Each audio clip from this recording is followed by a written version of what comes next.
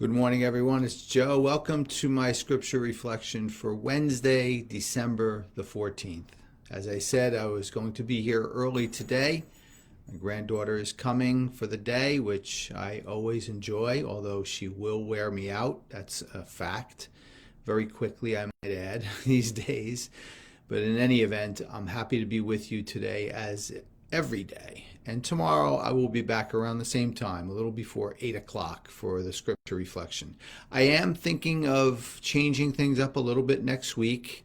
It is the week that leads into Christmas, and I'm going to take a look at the scriptures, and I'm going to decide what days are maybe most appropriate to send different messages, if you will. A lot of the scriptures are the same when we lead into Christmas, the anticipation of the birth of Christ. So I'm going to take a look and see what works really well and rounds out our messages for the week. So I'll let you know that as soon as I can. All right, then, let's quiet our minds and hearts as we prepare to hear today's gospel, which is from St. Luke, chapter 7, verses 18 to 23. At that time, John summoned two of the disciples and sent them to the Lord to ask, "Are you the one who is to come, or should we look for another?" When the men came to the Lord, they said, "John the Baptist has sent us to you to ask, 'Are you the one who is to come, or should we look for another?'" At that time, Jesus cured many of their diseases, sufferings, and evil spirits.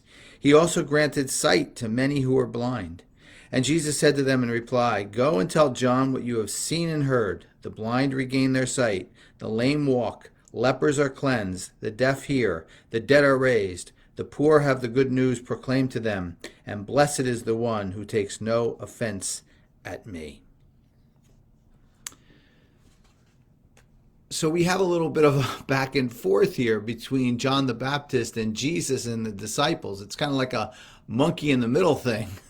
And it's almost like, well, okay, we're testing everybody's resolve to see if they're ready to take this way of the Christ and bring it into the world. And are we going to wait for somebody else to maybe come along to give us the motivation to do that? Well, as crazy as this sounds in the gospel today, it is a common thing that people do. I do it. I don't know if you're willing to admit you do it, but we put off doing good. We think about, well, I need to do this, I need to do that. I wonder if this is the right time for this. I wonder if this is the right time for me to start exercising.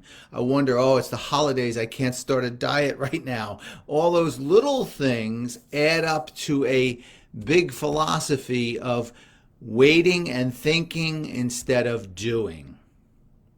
There's a great saying that I learned in the John Maxwell group, and I honestly don't remember who gets total credit for it, but it is great to hear. It's jump and grow wings on the way down. Jump and grow wings on the way down. And that is exactly what we should do when it comes to the way of Jesus. We need to jump, and we will grow wings on the way down. He'll make sure we do. But jump into doing good things. Don't think of whether this is the right time, whether there's an angle to it, whether there's a consequence to it. No, we move forward. We do the work of Jesus in our own way with our own talents and our own abilities, and we don't look back and we don't look for any other signs. What a good message this is for this Christmas time of the year when there's so much good that can be done by ourselves to those in need, especially the animals in need around the world. They need us now more than ever. And are you one who shares that passion like I do? I think you are. And if you are, every little bit helps, but every little bit of action, not thinking. My friends, that's my message for you today. Hopefully it was helpful.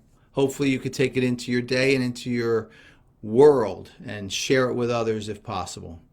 Please continue to follow me at joedwyerjr.com. We are definitely trying to redefine happiness so that peace and compassion can be seen by all creation.